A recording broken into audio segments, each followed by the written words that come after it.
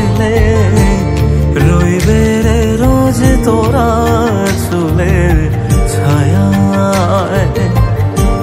তুই নাকি মাসার বোঝনি, তোর কাছে নাই কিছুই কঠিন। তোর ওই দুটি চরণ তলে থাকবো আজীবন। শ্যামা মা তোর চরণ ধরে থাকতে দিস রে জনম।